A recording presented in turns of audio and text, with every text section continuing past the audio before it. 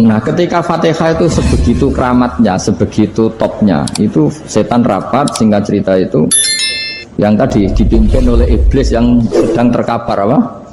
Terus tali obatnya nggak ada, cuma dia shock karena ada surat yang turun yang melafatkan itu pasti selamat dari apa? Neraka. Nah ini gimana saran Anda? Terus sarannya adalah bikin orang-orang itu lupa, tidak baca Fatihah. Nah ini rapatnya iblis. Izhabu wajtahidu hatta tufilu qulubahum hatta la yaqulu hadhihi surah. Kala yuksiru qira'ataha wa la yakunu lahum ajrun wa thawabun bal yakunu lahum adzabun wa iqabun. Kemudian yang terakhir saya beri ijazah tentang Al-Fatihah ya, karena ini surat yang populer. Kalau saya ijazahi Quran 30 juz pasti sampean nggak hafal. Atau ijazah surat Baqarah, kalau mau Baqarah mau. Ijazah surat Baqarah mau 2 juz setengah. Mau Mas Asep? Ya Fatihah aja yang gampang ya. Nah, ya kulhu Fatihah ini paket ringan ini. Tapi pahalanya apa? Besar. Ini beda ya, artinya selama ini mungkin Anda baca tapi monoton ya. Tapi ini saya bacakan teks aslinya tentang istilahnya itu mazaya itu kelebihannya Fatihah. Saya baca Arabnya dulu, nanti ini terakhir ya, ijazah tadi kan saran-saran umum tentang sosial ya, pokoknya jadikan kebaikan itu punya nilai sosial yang baik lah. Jadi nanti orang yang nggak amanah nggak laku ya, calon bupati, gubernur, presiden yang nggak amanah juga nggak laku. Begitu juga kiai yang tidak amanah juga nggak laku, suami yang nggak amanah juga nggak laku, istri yang nggak amanah juga. Sehingga kebaikan ini jadi nilai sosial yang dalam tanda kutip sudah keniscayaan. Yang diinginkan Allah itu seperti itu, bukan kebaikan yang dipaksakan karena kekuatan negara. Maksudnya kalau bisa kebaikan itu tidak usah dipaksakan. Memang satu sudah satu kebutuhan. Kayak cerita-cerita di negara maju itu, bahkan apapun jatuh itu nggak ada yang ngambil apa itu. Makanya gambarannya Mekah Medina kan gitu kan, barang jatuh nggak ada yang berani apa ngambil itu, saking sudah jadi sistem. Sehingga banyak negara di Eropa itu yang sampai nggak punya tentara, nggak punya polisi karena kebaikan itu sudah. Nah kita kan masih capek, polisinya aja capek, apalagi masyarakatnya, karena ya kebaikan itu belum jadi nilai bersama. Nah kita selain ditopang negara, ada polisi, ada tentara, itu kita usahakan kebaikan itu jadi nilai bersama. Tadi wa'tamiru bainakum bima'ruf. Dan kita punya reputasi yang bagus dalam bab ini. Saya masih ingat kecil saya itu yang jilbaban hanya keluarga kiai. Sekarang rata-rata masyarakat itu jilbaban. Dulu yang sekolah SMP, SMA itu jilbaban kadang dulu malah dilarang ya, harus sama seperti itu seragamnya. Sekarang sudah boleh dan nyaman. Lama-lama yang dapat simpatik ya yang pakai pakaian model tertutup seperti itu. Lama-lama gamane cara wong golek mantu ya golek yang seperti itu daripada yang blodor. Lama-lama jadi nilai bersama. Ya ingin saya seperti itulah. Di terminal juga sama. Orang mau makan cari warung yang kelihatan ada ayat kursinya, pakai jilbab, atau paling enggak dia enggak mungkin lah nyuguhkan yang tiren atau yang haram. Kan ada garansi sosial, ada apa? Ada garansi apa? Sosial dengan penampilan yang soleh itu kan, masa iya nyuguhkan oposan babi gitu misalnya itu. Jadi nilai sosial itu harus harus benar-benar jadi nilai, sehingga negara biar gak capek-capek. Polisi juga gak capek kan, karena tugasnya orang Jawa mau ngawat-ngawati tok, tapi sudah tidak perlu tegang karena kebaikan sudah jadi nilai bersama. Ingat-ingat ya ayatnya tadi, wa'tamiru bainakum bima'ruf. Jadi kebaikan itu harus jadi nilai bersama. Iktimar itu menjadi urusan bersama. Makanya kalau kita rapat besar disebut apa? Muktamar. Muktamar itu urusan bersama. Tadi imamnya sholat juga menopang Gojek karena nggak lama-lama nopang Grab, nopang Kernet, nopang penjaga Indomaret, penjaga bensin, pom bensin. Nah dia hanya punya waktu 5 menit terus imamnya baca Baqarah kan. Iya imamnya mursyid, mungkin dia tambah lama tambah dapat aplaus dari muhibbinnya, tapi makmumnya Dia tambah lama tambah dapat penghormatan dari pecintanya, tapi kitanya wah khusyuk wali kan, dia dapat status naik lah. Kita yang sudah tidak ikut jadi wali diganggu apa pekerjaannya. Kalau ada imam seperti itu sampai mufarokoh saja, niat ya Allah sampai sini saja, saya makmum orang itu, silakan orang itu punya urusan sendiri dengan jenengan, ya sudah, atau salib saja apa. Ya, itu boleh kalau dalam fikih namanya apa? Mufarokoh. Mufarokoh itu niat. Tapi kamu jangan langsung selonong mufarokoh, niat dulu.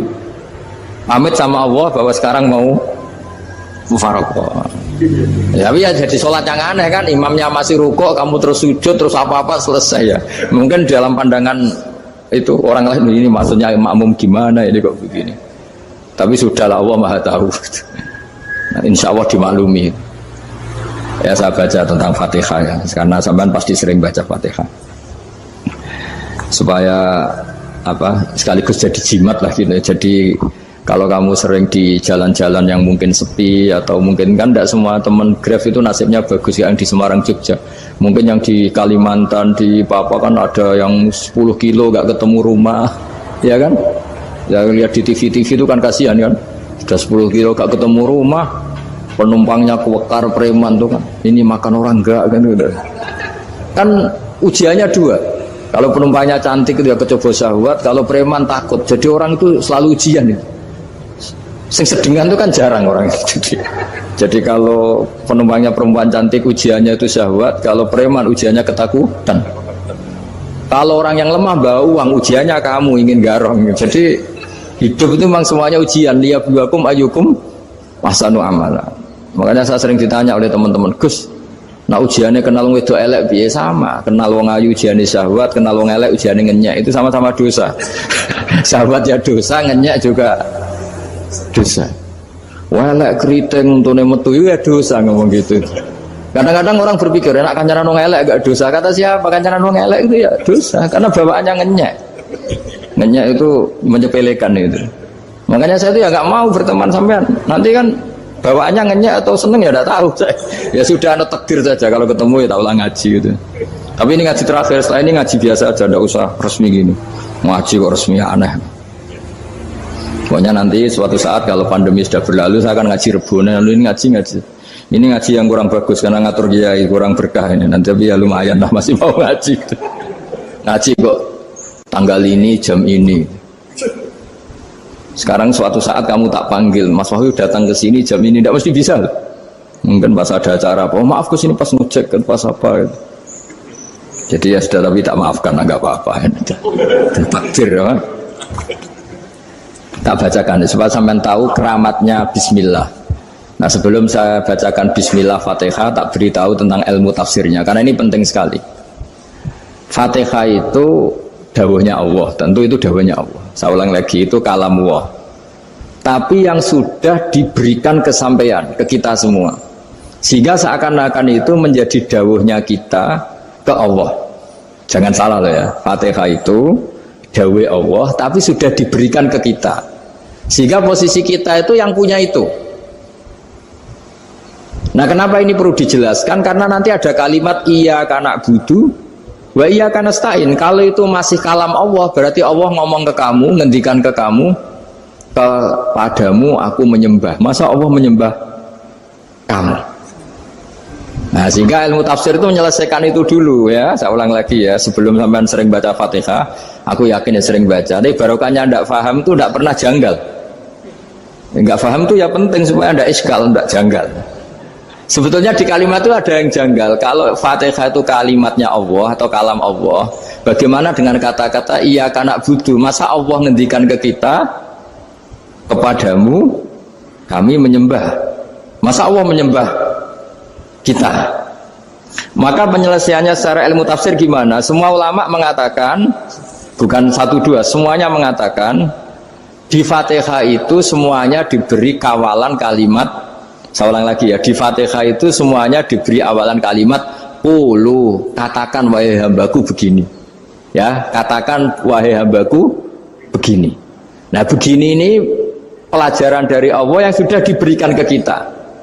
Terus kita mengatakan bismillahirrahmanirrahim, alhamdulillahirabbil, termasuk kita mengatakan iyyaka na'budu wa iyyaka nasta'in. Jangan bayangkan Allah ngendikan ke kita. Kalau Allah ngendikan kita berarti gini, hei wahyu, ihdinas siratal mustaqim, tunjukkan saya jalan yang benar. Nah nanti kamu terus, ya Allah, Anda aja minta tolong saya minta tolong siapa kan? Jadi panjang kan? Ya, saya ulang lagi ya. Jadi itu di Ulumul Quran diterangkan gimana? Sebelum baca Fatihah, ya. Fatihah itu kalamullah, ngendikane Allah, tapi yang sudah diajarkan ke kita dan sudah milik kita, sehingga kalimat itu menjadi milik kita. Tapi ya kalamullah, tetap kalamullah, tapi sudah menjadi milik kita. Udah paham ya? Ya pinter naon. Ya, karena kalau tanpa penjelasan seperti ini, Anda akan iskal. Bagaimana Allah, iskal itu janggal. Bagaimana Allah mengatakan iya karena butuh. Kan jadi aneh ya? Ya, jadi tak jelaskan secara ilmiah ya. Jadi kata ulama-ulama tafsir, ayat-ayat Quran seperti ini sebetulnya dimulai dari qulu apa? Meskipun nggak dilafatkan. Itu kan sama dengan qul huwallahu ahad Muhammad, katakan kalau Tuhan itu satu. Ya namanya Quran itu kan kalam Allah, membina nabinya, membina umatnya. Makanya dikatakan atau enggak, di sini tersembunyi kata qulu, katakan. Ya, jadi ya ibarat apa itu, kamu ngajari anak kamu lah, panggil jenengan bapak kulo. Itu maksudnya anak itu, kalimat itu kalimat kamu, tapi kamu ajarkan ke anak kamu. Terus anak kamu bilang, Pak jenengan bapak kulo.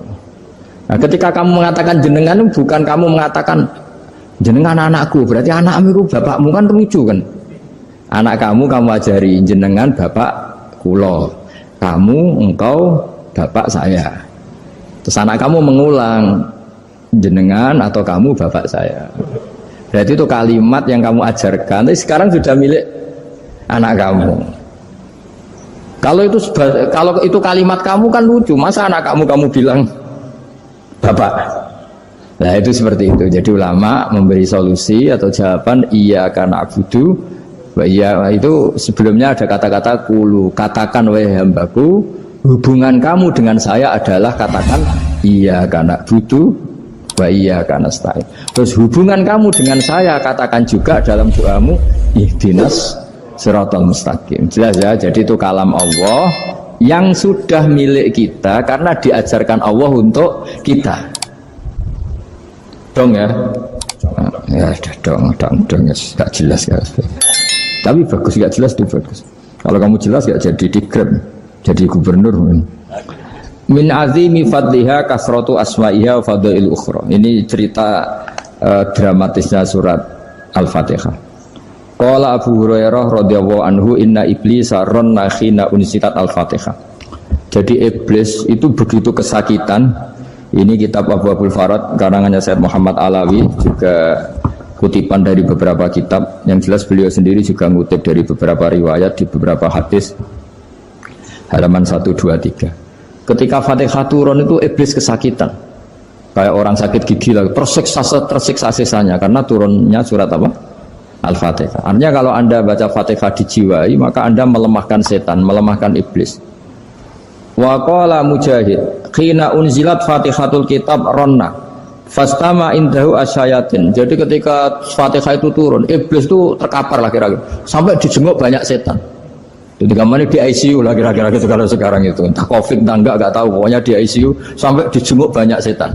Enggak tahu bawa apa enggak tahu, pokoknya dijenguk banyak setan. Ono yang nyangoni karena ini apa? Ketuanya apa?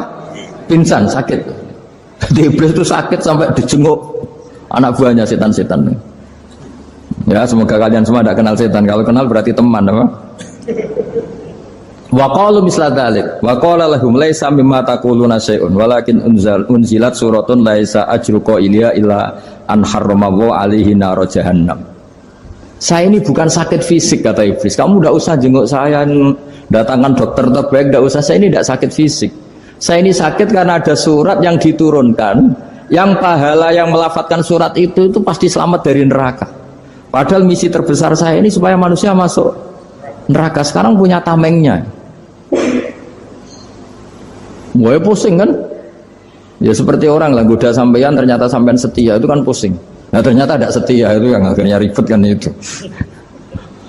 Jadi iblis itu cita-cita terbesarnya kan semua orang itu masuk neraka. Nah sekarang turun satu surat yang gara-gara surat itu siapapun yang baca dijamin selamat dari neraka. Jadi walakin unzilat suratun laisa ajru qailiha illa an harramallahu alaihi nar jahannam. Karena jadi dia shock lah, kalau orang di Jawa itu bilang shock. Aduh sial nasib saya ini umat nggak bisa saya goda lagi karena punya tamengnya tadi punya. Qadba tolakai dukum mamakrukum. Rekayasa kalian sekarang itu tidak ada gunanya semua. Nah, ini alhamdulillah di Indonesia kelihatan kan banyak yang miskin, banyak yang susah. Tapi selagi mereka masih sholat, itu keinginan mencari halal itu masih tinggi. Kayak apa kita di tengah kota, jauh dari anak istri, jauh dari tetangga. Biasanya kalau orang jauh dari anak istri, tetangga kan sakar pede. Tapi yang soleh masih banyak, sudah jauh dari keluarga tetap lurus. Loh, kalau yang dekat lurus kan wajar, konangan wong akeh kan. Ini sudah jauh masih lurus. Nah ini nggak lepas dari barokahnya surat apa? Surat Fatihah tadi. Jadi karena ada surat yang menjamin pelafalnya atau qailiha terbebas dari api neraka. Wa qalat as-sayatinu lahu is ayyusai'in ta'muruna ya maulana. Faqala lahum idhabu wajtahidu hatta tukhfilu qulubahum hatta la yaqulu hadhihi surah. Lalu kita gimana? Jari para setan gitu. Lalu kita gimana? Terus kata iblis, sudah bikin mereka lupa sehingga tidak baca lagi. Selagi masih baca kita pasti keok. Jadi kalau sampean sudah jarang baca Fatihah itu berarti sudah bagian dari kemenangan apa? Iblis. Jadi kalau sampean sudah jarang baca Fatihah itu berarti bagian dari kekalahan Anda, kemenangan iblis. Masih sering baca? Berapa kali? 5 kali sholat. Terus apa lagi? Ya, kalau ngajarin itu juga selain itu juga Kok 5 kali tok itu? Berarti pas sholat fardu tok itu? Enggak 5 kali itu mendingan itu 17. Kamu itu ngitungnya jangan 5 ini. 5 waktu saja. 5 waktu itu berarti lumayan kan? Berapa? 17 ya? Iya. 17 ya? Ya 17, tapi kalau makmum tuh sering separuh kan, apalagi makmum terawih. Ya kan? Makmum terawih itu bacanya Fatihah ada yang sempurna enggak ya? Ya enggak lah. Baru alhamdulillah rabbil alamin mampu ruko ikut ruko gitu. Makmum kan yang terawih lah Mas. Kalau terawih jarang sempurna ya. Fatihahnya itu. Kan imam sudah ruko, kamu bacanya Fatihah sampai mana tuh? Baru setengah ya. Ya paling pas terawih aja kan tidak sempurna ya. Apalagi kalau imamnya sing kilat tuh, waduh malah. Nah ketika Fatihah itu sebegitu keramatnya, sebegitu topnya, itu setan rapat, singkat cerita itu yang tadi dipimpin oleh iblis yang sedang terkapar apa? Terus tadi obatnya nggak ada, cuma dia shock karena ada surat yang turun yang melafatkan itu pasti selamat dari apa? Neraka. Nah ini gimana saran Anda? Terus sarannya adalah bikin orang-orang itu lupa, tidak baca Fatihah. Nah ini rapatnya iblis. Izhabu wajtahidu hatta tufilu qulubahum hatta la yaqulu hadhihi surah. Kala yuksiru qira'ataha wa la yakunu lahum ajrun wa thawabun bal yakunu lahum adzabun wa iqabun.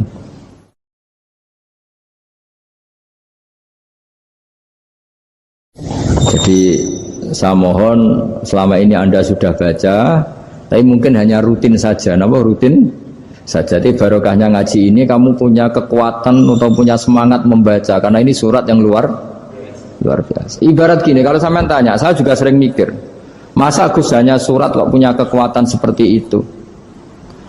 Di dunia ini kata Allah, mulai Nabi Adam sampai kiamat, nggak ada yang bisa menandingi kekuatan kalimah. Kalimah itu kata-kata, nggak ada yang bisa menandingi kata-kata. Misalnya Anda nge-grab berangkat istri cuek, berangkat cuek, itu beda dengan ketika meskipun satu kalimat, wes Pak muga-muga dilindungi pangeran, mugi-mugi jenengan selamat, itu menjadi teduh dan semangatnya luar biasa karena kayak mendapat support. Jadi kira-kira kalimat itu hubungannya kita dengan Allah, Fatihah itu seperti itu. Kamu melafadzkan satu kata-kata yang dibenarkan langit bumi, dibenarkan aras, dibenarkan malaikat, dibenarkan semua penghuni di dunia ini. Sehingga tuh efeknya luar biasa. Itu seperti gini ya, kamu cerai sama istri, terus nikah lagi katut babon. 10 tahun anak kamu dididik, ibunya benci kamu. Dan memang Anda layak dibenci. Duwi dek. Dan sampai nggak pernah manggil kamu Pak. Suatu saat, kamu tentu rindu kan, ingin dipanggil Bapak oleh anak kamu. Suatu saat anak ini manggil kamu Pak E. Itu senengnya bukan main. Hanya sebuah kata-kata. Makanya kadang-kadang orang itu tanya sama kiai, ijazah lafaz ini gunanya apa sih? Itu ijazah-ijazah itu untean kata-kata. Yang kata-kata ini dibenarkan langit dan bumi dan aras dan para malaikat, sehingga efeknya itu luar. Nah ibarat seperti itulah, kamu melafadzkan Fatihah itu melafadzkan kata-kata yang dibenarkan Allah dan Rasul dan semua malaikat, semua penghuni langit. Maka ini efeknya pasti luar. Nah di sini lah orang-orang dulu itu tahu keramatnya itu, sehingga ketika melawan Belanda, melawan Jepang dulu itu kalimat-kalimat itu menjadi mantra yang luar biasa. Doa yang luar biasa. Tapi di era modern karena orang sudah tidak ngerti itu, dianggap itu mantra, jimat, khurafat, bid'ah, waduh ribet menemal. Sebetulnya tidak seperti itu. Memang kata-kata ini kekuatannya luar biasa. Sama kesakitan hati kamu juga karena itu. Ngojek wangilan ya. Lha Pak di bojo kok kowe gagahe tok kere. Wah, iku seling terus Gusti. Padahal kalimat itu kan tidak melukai secara fisik, tapi apa kerjanya sesuk sarah-sarasen. Karena terus dengan pengadilan seperti itu kan, ngapain kerja demi perempuan yang seperti ini? Lagi-lagi kata-kata ini luar. Nah bayangkan kalau kata-kata itu adalah kalimat yang diajarkan Allah lewat Rasulnya, lewat malaikat Jibril. Kayak apa kekuatannya itu? Nah kira-kira Fatihah itu gitu. Kalimat yang baik, kalimat thayyibah diajarkan oleh Allah dan Rasul, kayak apa kira-kira kekuatannya? Pasti luar biasa. Wong support yang dikatakan istri kita, anak kita aja luar biasa, apalagi ini support yang diajarkan Allah dan Rasul. Ya makanya saya mohon kalau baca Fatihah, baca kalimat-kalimat thayyibah ketika sholat itu dijiwai. Ya misalnya Rabbana lakal hamdu mil'us samawati wa mil'ul ardi wa mil'u ma syi'ta min syai'im. Engkau zat yang layak dipuji, dan pujian ini memenuhi langit dan bumi. Karena kita tahu nggak ada sejengkal di alam raya ini kecuali di situ ada rahmat Allah. Misalnya kamu bisa lewat sampai rumah saya, kamu mungkin anggap biasa saja. Coba kalau ngalami likuifaksi, tahu-tahu bumi ini ambles, bisa ngelewati yang likuifaksi itu luar. Tanyakan orang pernah ngalami likuifaksi di Sulawesi, itu melihat bumi bisa diinjak nggak ambles itu, wah luar.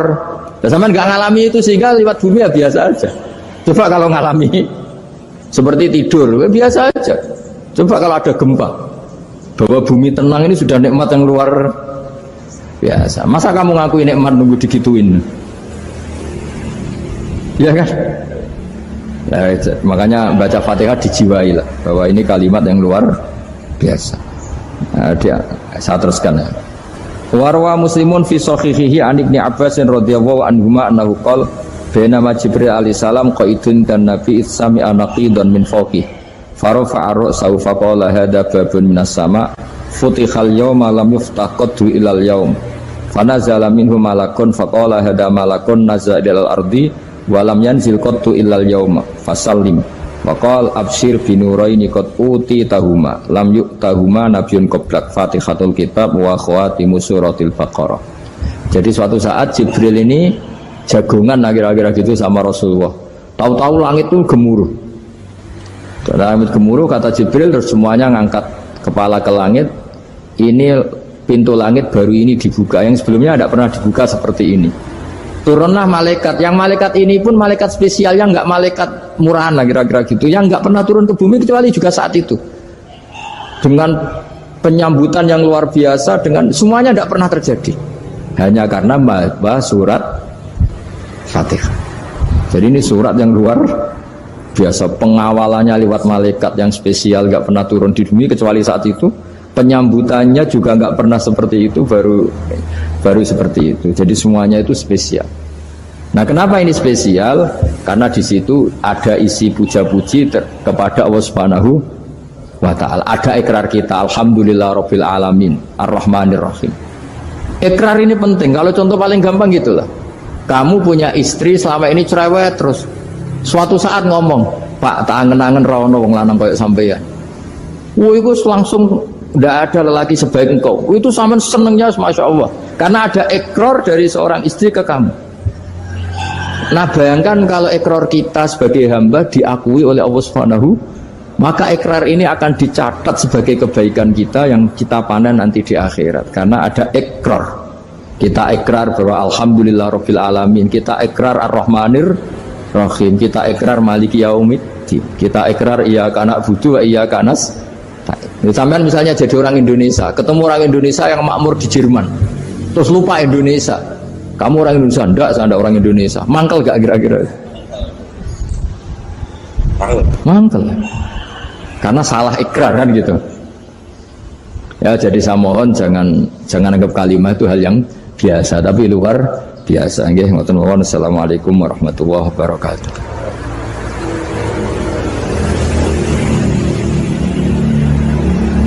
Saya berkali-kali kampanye di mana-mana lah, kampanye dan menganjurkan. Di antara catatan dalam Suhufi Ibrahim wa Musa kan ada kan di Quran itu yang dinamakan lampiran-lampiran wasiatnya Nabi Ibrahim dan Nabi apa? Musa. Itu di antara catatannya begini. Orang yang punya akal itu adalah orang yang bisa menikmati sesuatu yang baik. Misalnya gini, contoh gampang gini. Kamu punya anak pertama atau punya anak yang masih kecil. Itu gendong tuh senangnya bukan main. Melihat anak sehat tuh senangnya bukan main. Mungkin saat itu banyak orang yang sedang maksiat dengan perempuan nakal atau dengan teman-teman nakalnya, yang nganggap seperti itu tidak nikmat. Tapi andekan ini ditimbang ya ditimbang. Yang maksiat tulan, misalnya paling ukuran bahagianya itu 70%. Tapi yang ini, yang nimang anak baru lahir atau masih kecil, corong Jawa ngeloni anak, bisa saja bahagianya itu sampai 100%. Artinya selama ini kesalahan kita adalah nganggap maksiat itu pasti menyenangkan dan taat itu tidak menyenangkan. Makanya saya berkali-kali fatwa, untuk melawan kenikmatan maksiat, orang harus terbiasa menikmati taat, menikmati kebaikan. Jangan kira kita nimang istri nikmat, nimang anak nikmat, ketemu teman yang lama tidak ketemu juga nikmat. Artinya kita akan melewati berjam-jam untuk jagungan sama teman, sama anak, sama istri. Dan itu harus kamu nikmati supaya mengganti tidak berkebutuhan nikmat yang lewat jalur maksiat. Jadi saya mohon sarana-sarana yang menyenangkan itu, yang taat itu kita maksimalkan. Makanya bapak saya itu sering pesen, kowe nak ngaji sing guyon, sing seneng. Nganti wong maksiat itu karena cari kesenangan. Coba kalau kesenangan itu sudah didapatkan saat taat, maka tidak butuh lagi kesenangan yang berbentuk maksiat. Makanya orang-orang wali dulu kalau sudah sholat itu gak bisa berhenti karena merasa nikmat. Makanya Nabi pernah ngendikan wa qurratu aini fi sholat, nyaman saya itu kalau sedang sholat. Sekarang ditagih kan, nah zaman rukun kan gak ditagih, nah istukaran kan di. Terus kita jadi kiai bingung. Jare sing ngutangi kon 7 juta mergo pedet dihitung. Jare sing utang murian mau 3.000, Gus. 3.000 untuk pentol siomay. Woi kata fantan teng ngarep kula. Sing utang seneng 3.000, sing utangi seneng 7 juta. Lah saiki bareng, ya nek ngono sawur pedet ta mending ngono. Pedet apa, Gus? Sisi tok milih pedet limusin. Sisi tok milih pedet biasa, ngu dhisik pedet biasa. Lah ya pedetku biasa iku cara ora mbok utang, wis anak putu.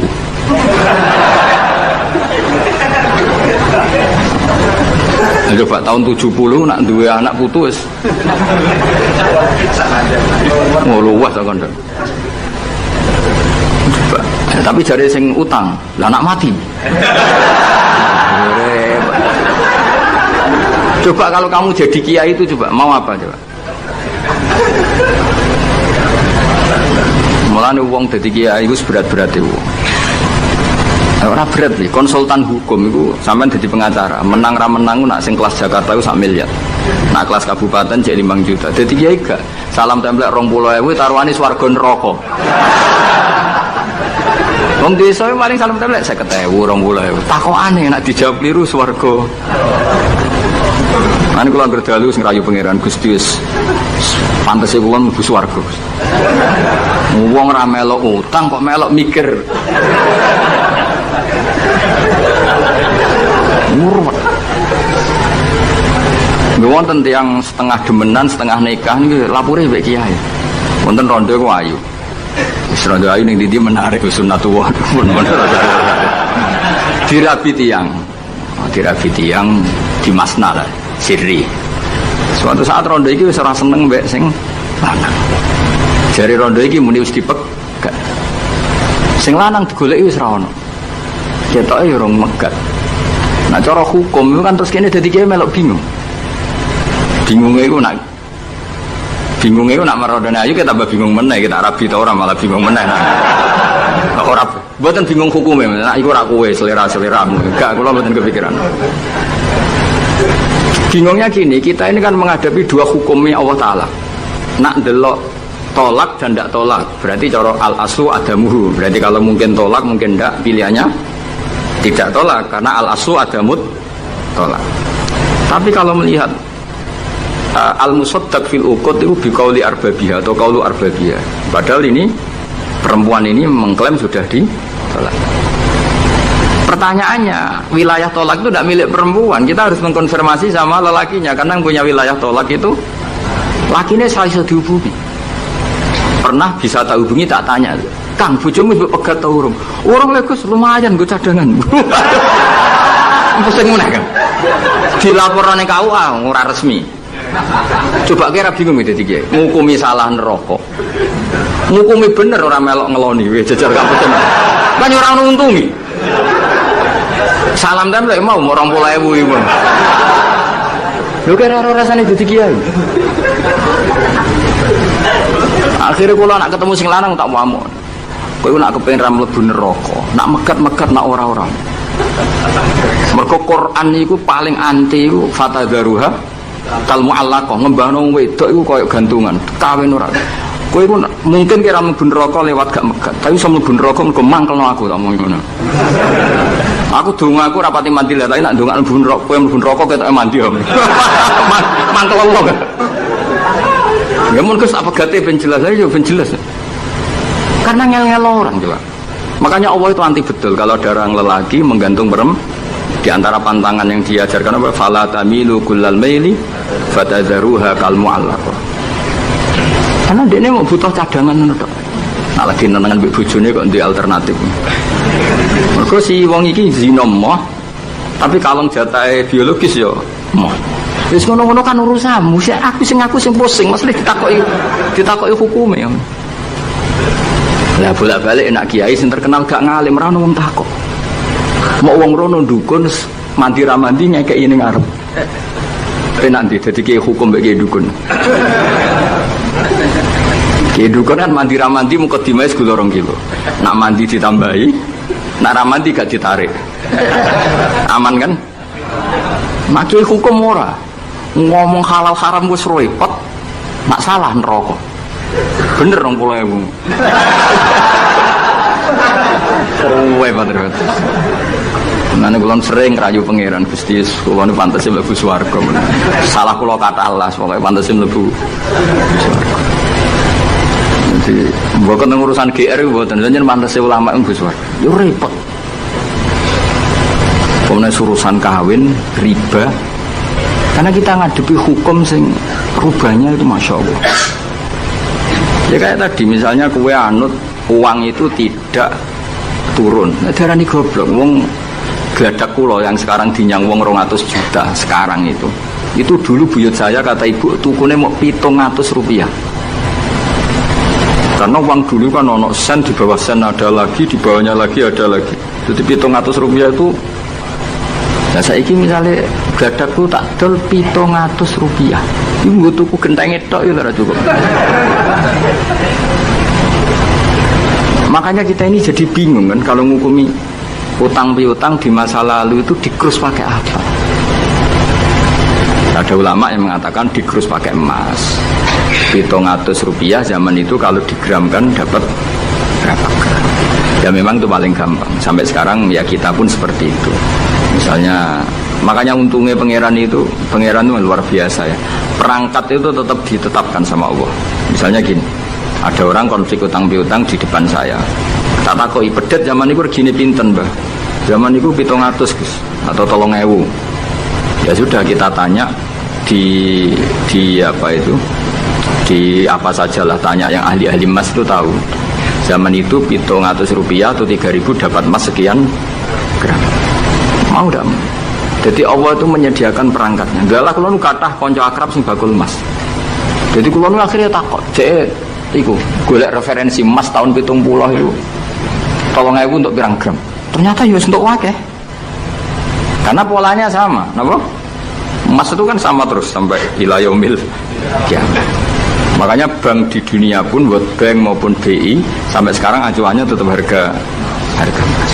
Itu Allah Subhanahu wa taala. Allah itu zat sing maha pinter. Jadi nilai dolar, nilai rupiah gak stabil, tapi harga emas tetap stabil. Artinya gini, kalau kita utang 1 juta zaman itu kok untuk emas 2 gram, 10 tahun kemudian ya sudah, pokoknya emas 2 gram. Meskipun sekarang harganya 4 juta. Paham ya? Jadi tetap Allah itu damel perangkatnya. Akhirnya kula jadi ulama ya rapati bingung. Yus pokoknya kruse emas ku piro? Iki nak kowe anut aku. Mungkin sing mbok takoki aku. Nah nek anut aku ya aja takok aku. 20.000 ngajak neraka ngono.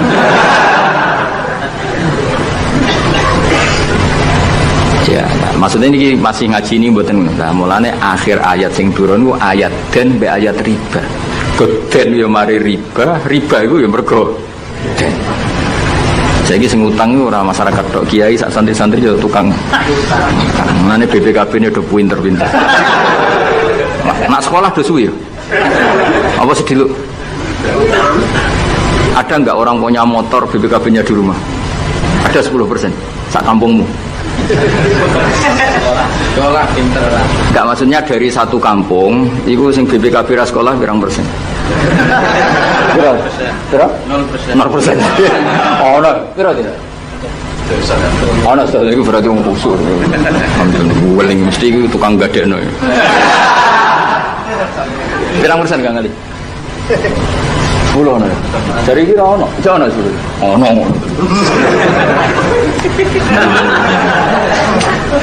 Saya Pirang persen ya? Semua tok. Kalau sertifikat tanah? Akeh ndi? Maksudnya lebih akeh sekolah ya apa akeh ning omahe? Oh, berarti nak motor, mobil akeh sing sekolah. Nah,